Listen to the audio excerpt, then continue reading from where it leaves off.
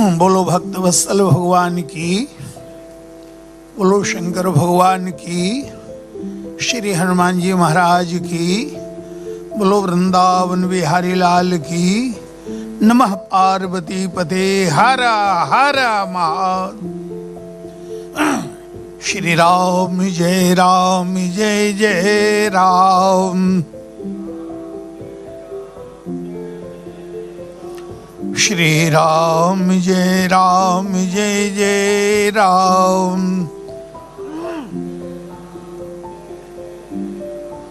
श्री राम जय जय राम। श्री राम जय जय राम।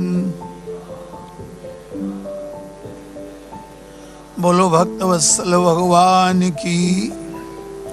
यत्र यत्र रघुनाथ कीर्तनम तत्र तत्र कृतमस्तकांजलिं बाष्पवारि परिपूर्णलोचनं मारुतिं नमत राक्षसान्तकं। प्रभु समरथ सर्वज्ञ शिव सकल कला गुणधाम। योग ज्ञान वैराग्य निधि प्रणत कल्प तरुणाम। रामस्य भक्तम परम पवनात्मजं तम विप्रावतंशम परम गुण ज्ञान रूपम। स्नेहं दयांच सततं शिरसा दधानं। तब राम किंकर पदम सततं नमामः। श्री गुरु चरण सरोज रज निज मन मुकुर सुधारि। वरणो रघुवर बिमल जस जोदायक फलचारि। बोलो भक्तवत्सल भगवान की। सिया राम प्रेम पीयूष पूरण। होत जन्म न भरत को। मुनि मन अगम जम नियम समदम। विषम व्रत आचरत को। दुखदाह दारिद दंभ दूषण। सुयस मिस अपहरत को। कलिकाल तुलसी से सठन हटी। राम सन्मुख करत को। भरत चरित करने तुलसी जे सादर सुनहि। सिया राम पद प्रेम अवसि होई भवरस विरति। परम सम्माननीय परम श्रद्धेय श्री बापू जी महाराज, मंच के ऊपर उपस्थित समस्त संतों अनुभाव विद्वद्गण, हमारे पूज्य श्री गुरु भ्राता श्री उमाशंकर जी व्यास जी महाराज, श्री मैथिली शरण जी भाई जी, एवं व्यवस्था को सुचारू रूप से संचालित करने वाले, हमारी सारी व्यवस्थाओं को देखने वाले हमारे बीच में श्री किशन जालन जी, जिनकी बार बार प्रेरणा मुझे होती रही कि इस वर्ष तो आपको हर हालत में आना है, और मैं आपके बीच में उपस्थित हुआ। और मैं तो यही अनुभव कर रहा हूं, जो पंक्तियां मैंने अभी पढ़ा है, गोस्वामी तुलसीदास जी भगवान श्री राम के अनन्य भक्त हैं। हमारे पूज्य गुरुदेव जी महाराज यही कहते थे। पर कभी जब तुलनात्मक विवेचन करना हुआ श्री राम और भरत में, तो श्री भरत के पक्ष में गोस्वामी तुलसीदास जी महाराज अधिक झुकते हुए दिखाई देते हैं। पूरी रामायण में कहीं नहीं लिखा कि श्री राम का अवतार न हुआ होता तो क्या होता, पर राम सीता के प्रेम से परिपूर्ण श्री भरत जी महाराज का जन्म न हुआ होता तो समाज में कितनी बड़ी हानि थी। बड़े बड़े मुनियों के लिए जो साधनाएं बड़ी अगम दिखाई दे रही थीं, बड़ी सुगमता से अपने चरित्र के माध्यम से चरितार्थ करके भला कौन दिखाता। समाज का दुख, समाज की जलन, समाज की दरिद्रता अपने यश के माध्यम से भला कौन दूर करता। किसी ने गोस्वामी जी से कहा, महाराज ये तो त्रेता की बात है। गोस्वामी जी ने कहा कलिकाल, मैं कलयुग की बात कर रहा हूं। तो कलयुग में किसको लाभ हुआ? बोले दूसरे का उदाहरण दूं तो शायद विश्वास कम हो, अपना ही उदाहरण दे रहा हूं कि इस कठिन कलिकाल में तुलसी जैसे सठी हठी को कलिकाल तुलसी से सटन हठी राम सन्मुख करत को। तो बोले महाराज राम के सन्मुख तो श्री लक्ष्मण जी भी ले जाते हैं। गोस्वामी जी ने कहा लक्ष्मण जी के परीक्षा में पास होना बड़ा कठिन है। श्री हनुमान जी भी ले जाते हैं। बोले एक एक को पकड़ के ले जा रहे हैं। तुम उपकार उससे गुरे हुई की ना, राम मिलाए, तुमरो मंत्र विभीषण माना। और जहां एक एक जा रहा हो वहां पकड़ा जाने का भय होता है। और मैंने देखा कि भैया श्री भरत जी के साथ तमाम भीड़ जा रही है। और उधर चित्रकूट से मैं लौट के आ रहा था, क्योंकि मैं प्रभु के पास इसलिए गया था कि मैंने संतों से सुना था कि प्रभु ने घोषणा की, सन्मुख होई जीव मोहि वही, जन्म कोटि अघनासों तो वही। इसी विश्वास के आधार पर जा रहा था। लेकिन जब नजदीक पहुंचा तो वहां पर एक बोर्ड लिखा हुआ था कि मेरे पास आना चार को छोड़ के, तज मद मोह कपट छल नाना, और करो सद तई साधु समाना। तो वहां लिखा था चार को छोड़ के आना, मैं एक भी छोड़ के नहीं जा रहा था। तो मैंने सोचा भाई मैं तो पात्र ही नहीं हूं। तो वापस जब आ रहा था तो चित्रकूट की तरफ भैया श्री भरत अयोध्या में, अयोध्या के समाज को ही लेके जा रहे थे। पूछ दिया कहां से आ रहे हो? बोले चित्रकूट से आ रहा हूं। हमारे प्रभु मिले? अरे महाराज बड़ी कठिन शर्त है।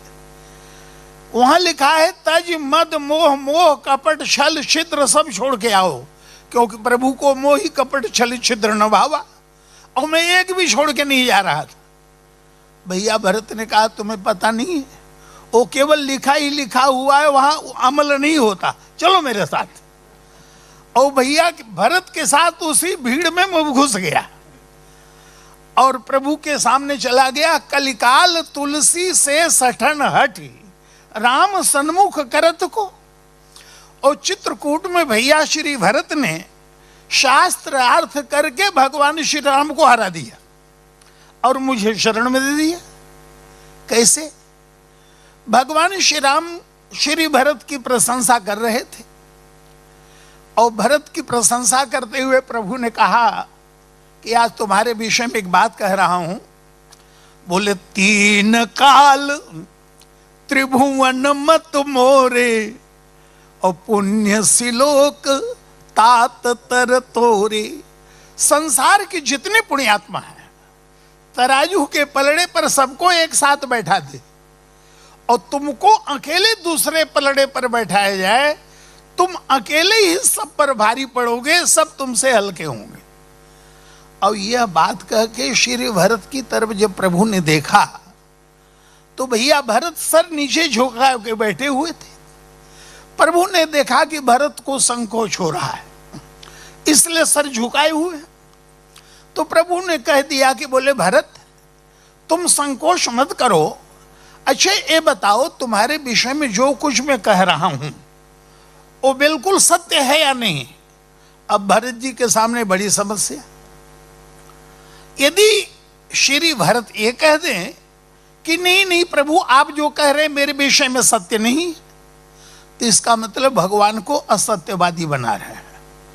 और यदि कह दें कि नहीं नहीं प्रभु आप बिल्कुल सच बोल रहे हैं, तो मानो स्वीकार कर रहे हैं कि मैं इतना गुणवान हूं। लेकिन श्री भरत भैया ने इसी बात कही कि मुस्कुराकर भगवान श्री राम को हार मानना पड़ा, श्री भरत ने कहा कि प्रभु आप सत्यवादी तो हैं, पर क्षमा करें, सत्यवादी मैं भी हूं। प्रभु ने कहा हो ही नहीं सकता, तुम अपने आप को पापी कह रहे हो, मोहि समान को पाप निवासु, यही लग सिए राम वनवासु।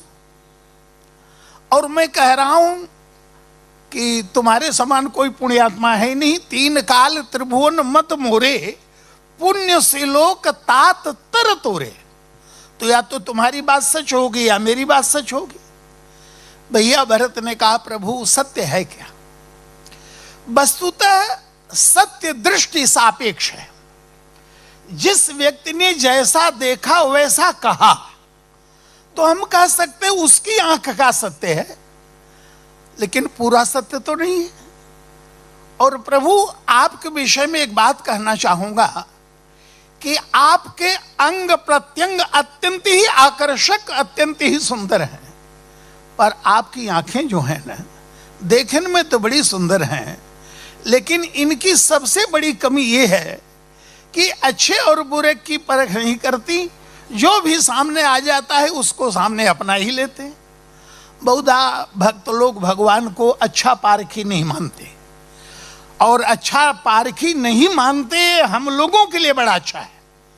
यदि प्रभु परख परख करके यदि अपनाना शुरू करें तो हम तो उसके पात्र ही नहीं रह जाएंगे कि प्रभु के पास हम जा सकें। यही बात भैया भरत कह रहे हैं, और यही बात भैया लक्ष्मण जी ने भी कहा। भैया भरत चित्रकूट जब पहुंचे तो उसी समय भगवान श्री राम को एक समाचार मिला। श्री भरत आ रहे हैं, और रात्रि को सीता जी ने एक स्वप्न देखा था। माताएं श्वेत वस्त्र धारण करके चली आ रही हैं। तो प्रभु को जागने के बाद सुनाया तो बोले लखन सपन है नीक न हो, स्वप्न ठीक नहीं है। इतने में एक समाचार आया कि श्री भरत आ रहे हैं। जैसे ही भरत का आगमन हुआ सुन करके भगवान श्री राम लगे सोचने कि मैं तो सोच रहा था कोई अमांगलिक समाचार सुनने को मिलेगा, पर श्री भरत का आगमन, मेरे जीवन में इससे बढ़िया समाचार तो कुछ हो ही नहीं सकता। तो जब भरत के आगमन को प्रभु ने सुना तो बड़े आनंदित हो गए। इतने में दूसरा समाचार आ गया, अकेले नहीं है, हमारे चतुरंगणी सेना है। अब चिंता में पड़ गए, क्यों? अकेले आते तो मिलने आते, सेना भी साथ में है, अन्य लोग हैं, तो इसका अभिप्राय मेरे ऊपर दबाव बनाया जाएगा कि जंगल छोड़ो अयोध्या चलो। तो इत पितु बच उत बंधु संकोचु, इधर पिता का वाक्य जंगल में रहो, और उधर भाई का संकोच। सो सुनी राम ही भा उर सोचू। तो लक्ष्मण जी को चिंता हो गई। बोले लखन लखेऊ प्रभु हृदय खभारू। उतरते चढ़ते भावों को देखकर लक्ष्मण जी को यह चिंता हो गई कि चतुरंगणी सेना आ रही है, इस कारण से प्रभु चिंतित तो हो गए हैं कि शायद भरत युद्ध करने आ रहे हैं। तो लड़ने के लिए तैयार हो गए। उठ कर जोर रजायु सुमांगा, मनो वीर रस सोवत जागा। और लगे भगवान श्री राम को संबोधित करते हुए कहा जिम करी निकल दलई में राजू आदि आदि। भगवान श्री राम ने कहा एक हो रहा है। बोले लक्ष्मण मेरी बात सुनो। बोले मैं जानता हूं आप ईश्वर हैं। बोले भैया मैं ईश्वर हूं तो भरत के हृदय में हूं, मुझसे पूछो भरत कैसा है। बोले नहीं पूछना है, क्योंकि आपके विषय में जानता हूं, अंग प्रत्यंग अत्यंत सुंदर हैं, पर नाथ सुहृद, आप बड़े सुंदर हृदय वाले। नाथ सुहृद सुठ सरल चित, सील स्नेह निधान, सब पर प्रीति प्रतीत जिय जाने आप समान। आप अपने समान सबको मानते हैं। भैया भरत भी तो प्रभु के, माने लक्ष्मण भी तो प्रभु के साथ ही साथ रहते हैं। भगवान श्री राम के साथ ये दूसरी यात्रा है लक्ष्मण जी की। पहली यात्रा जनकपुर की और दूसरी यात्रा चित्रकूट की।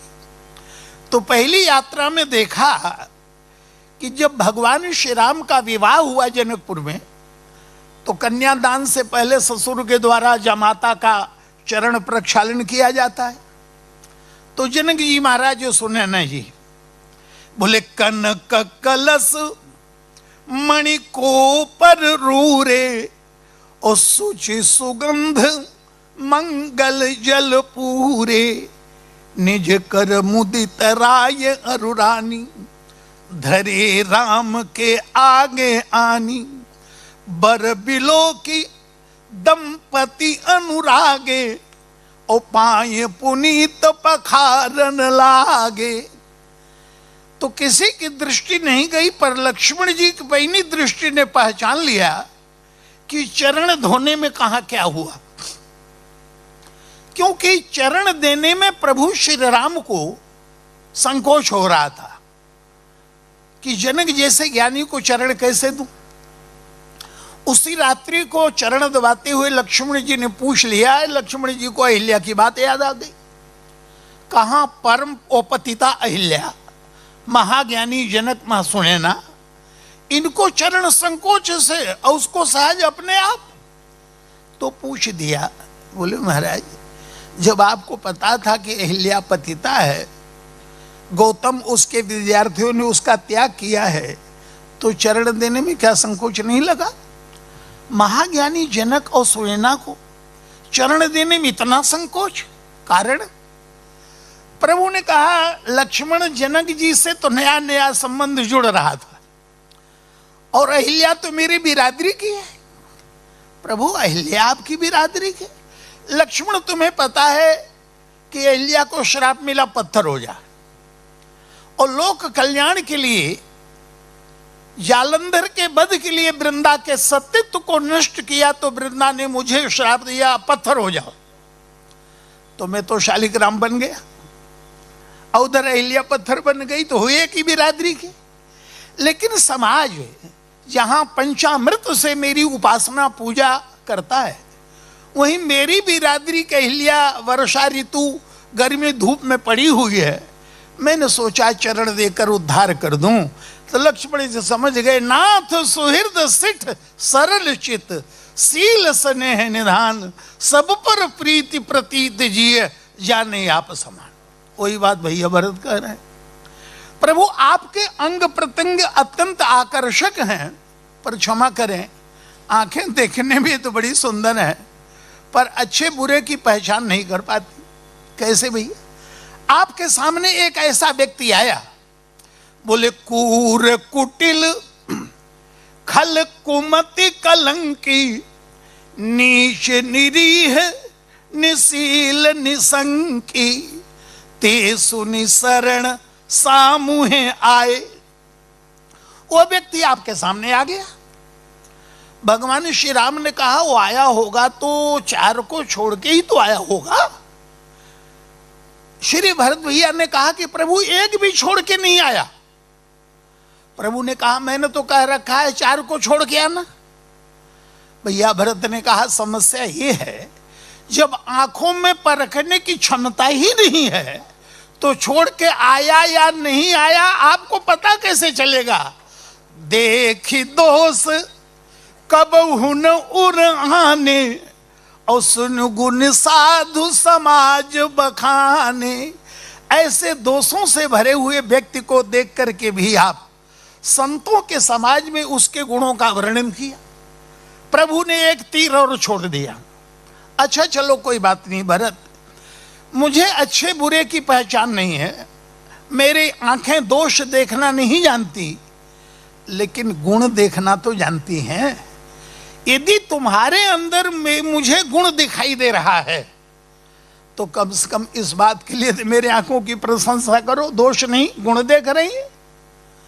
श्री भरत ने कहा प्रभु यदि मेरे अंदर आपको गुण दिखाई दे रहा है तो ये भी यहां पर आपकी आंखों की प्रशंसा नहीं होगी।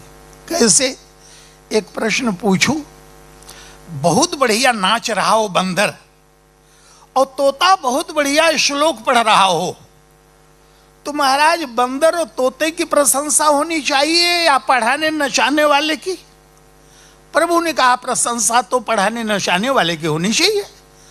तो श्री भरत ने उलट के कहा कि भरत तो तोता और बंदर है, पढ़ाने नचाने वाले आप हैं, और इसलिए करनी हो प्रशंसा तो आप अपनी ही करिए।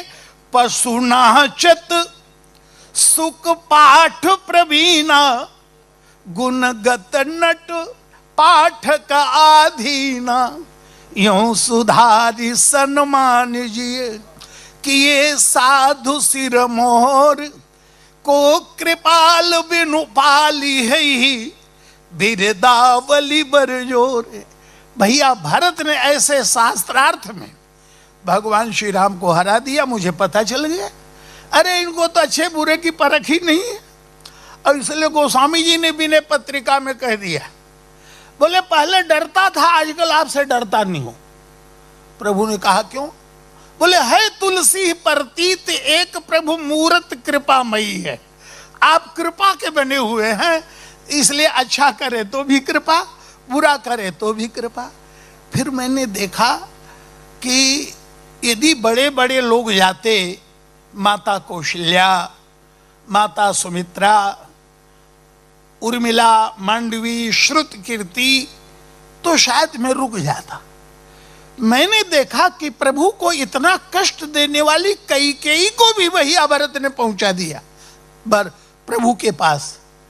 तो मैंने देखा कि जब कैकेयी जा सकती हैं तो मैं भी तो जा ही सकता हूं, और उसी भीड़ में घुस करके पहुंच गया। इसलिए लिख दिया, कलिकाल तुलसी से सठन हट, राम सन्मुख करत को, भरत चरित करनेम, तुलसी जे सादर सुनहि, सी राम पद प्रेम, अवश्य होई भव रस विरत। ये जितने वाक्य मैंने कहे हैं, ये तो हमारे गुरुदेव भगवान की कृपा है। जो हमारे भैया उमाशंकर व्यास जी को,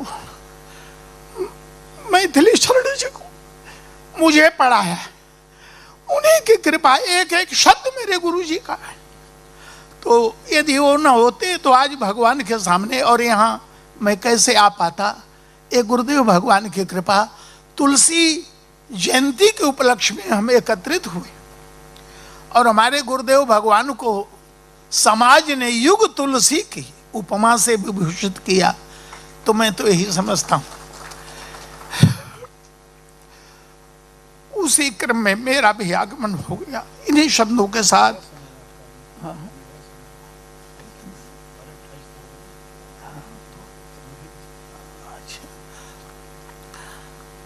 भैया कह रहे हैं कि आपका समय अभी बाकी है, आपका समय बाकी है। बहुत अच्छी बात है। एक जगह तो मुझसे कहा, चलिए महाराज आपका आखिरी समय है। तो पर संचालक महोदय ने कहा भी समय बाकी है, तो मन में प्रसन्नता है।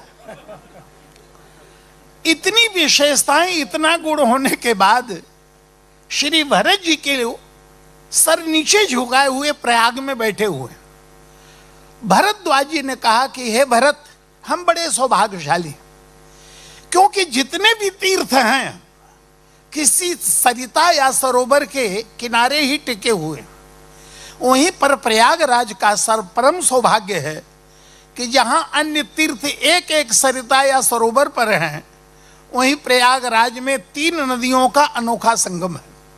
गंगा जी हैं, यमुना जी हैं, सरस्वती है। और रामचरितमानस के बालकांड में गोस्वामी जी ने गंगा जी को भक्ति स्वरूपा बताया।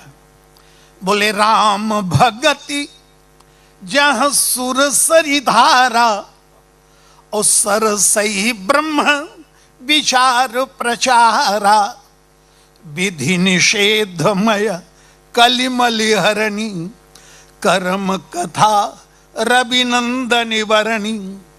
गंगा जी भक्ति स्वरूपा है।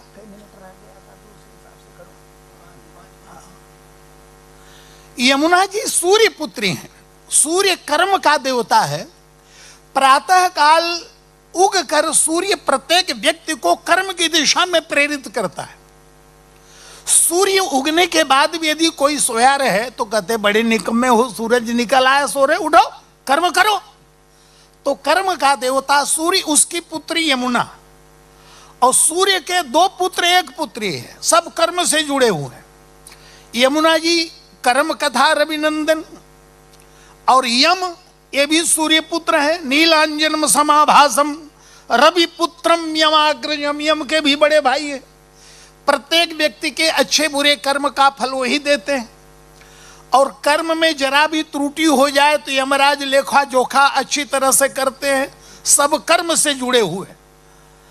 तो वहीं पर श्री भरत जी का जब आगमन हुआ, सरस्वती ज्ञान स्वरूपा है, तो भरत जी ने कहा कि भारद्वाज जी ने कहा कि हे भरत, हमने जीवन में जितने सत्कर्म किए थे उसका फल हमें राम सीता और लक्ष्मण का दर्शन मिला। सब साधन कर सुफल सुहावा, लखन राम सिया दर्शन पावा। लेकिन राम सीता और लक्ष्मण के दर्शनों का फल क्या था? बोले ते ही फल कर फल। फल का फल नहीं होता, फूल के बाद फल होता है। पर गोस्वामी जी कहते नहीं, फल का भी फल होता है। ये फल का जो रस है यही फल का फल है। श्री भरद्वाज जी ने कहा, आज तुम्हारे दर्शनों के बाद जिस आनंद की रसानुभूति मुझे हो रही है, इतना तो राम सीता लक्ष्मण के दर्शनों के बाद भी नहीं मिला। तो ते ही फल कर फल दरस तुम्हारा, सहित प्रयाग सौभाग्य हमारा। आज इस प्रयाग के साथ साथ हमारा भी सौभाग्य है। तो वैसे तो हम प्रयाग में रहते हैं, 3 नदियां यहां हैं, पर तुम्हारे आगमन से आज 3 प्रयागों का संगम हो गया। एक प्रयाग गंगा यमुना सरस्वती, गंगा जी भक्ति, यमुना जी कर्म स्वरूपा, सरस्वती ज्ञानमयी। इसी प्रकार से यहाँ संत समाज जो है एक प्रयागे है, कुछ ज्ञानी है, कुछ भक्त है, कुछ कर्मयोगी है, और एक प्रयाग है तुम्हारा व्यक्तित्व, जिसमें ज्ञान कर्म भक्ति और उपासना की ये त्रिवेणी प्रवाहित हो रही है। इसलिए कह रहा हूं, ते ही फल कर फल दर्श तुम्हारा, और सहित प्रयाग सुभाग्य हमारा। और तुम अपने आप को कलंकी मानते हो कि राम के वनवास में तुम्हारा नाम जोड़ा गया, एक भरत कर सम्मत कहीं।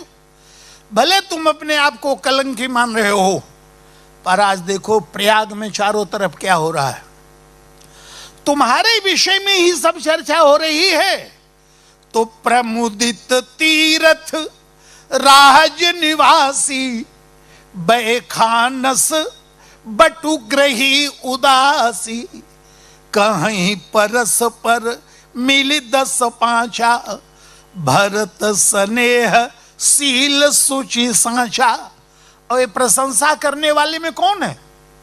गृहस्थ भी है, ब्रह्मचारी भी है, वानप्रस्थी भी है, सन्यासी भी है। ऐसा कहीं नहीं देखा गया कि एक गृहस्थ की प्रशंसा सन्यासी करे, क्योंकि गृहस्थ के लिए दूसरा गृहस्थ आदर्श होता है और सन्यासी के लिए दूसरा सन्यासी आदर्श होता है।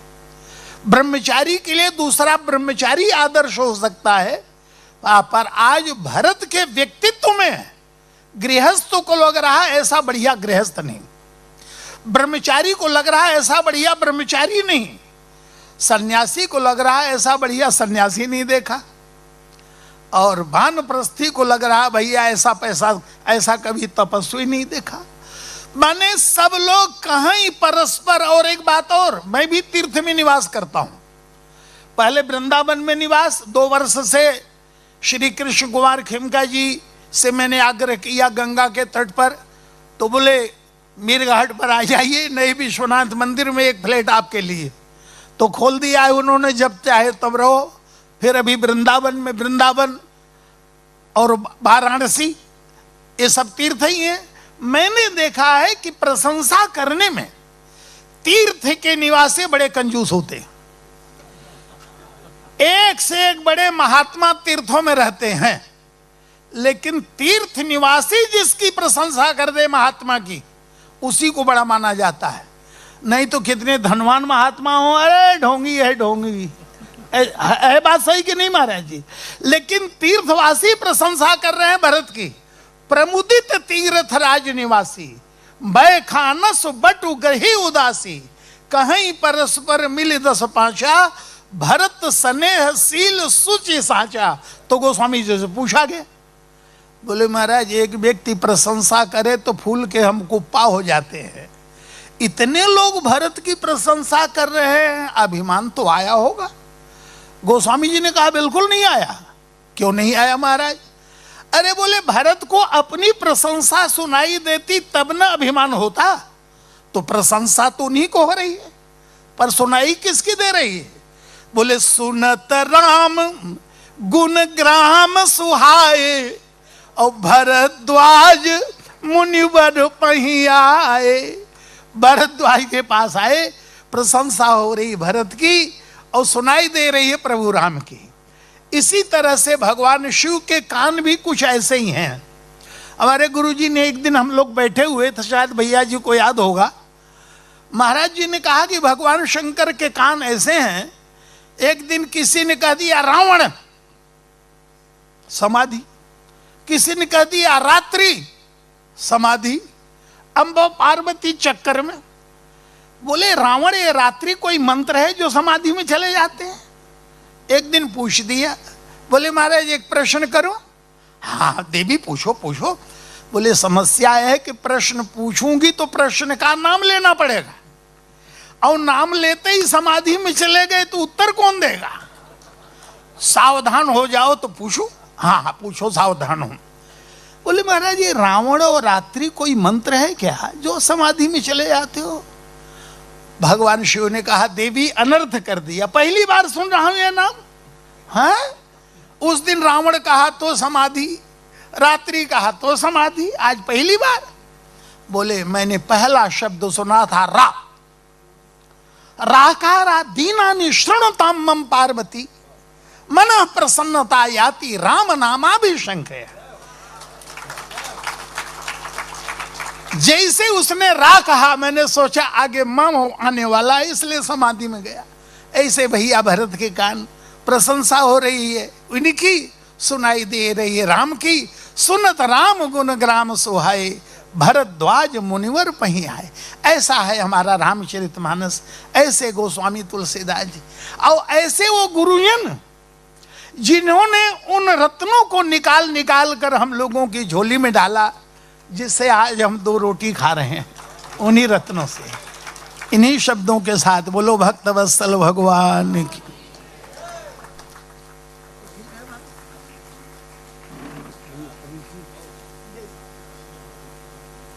बहुत ही सुंदर, आनंददायक हम लोगों को आपका विचार मिला। आगे की सूचना के लिए हरीश भाई।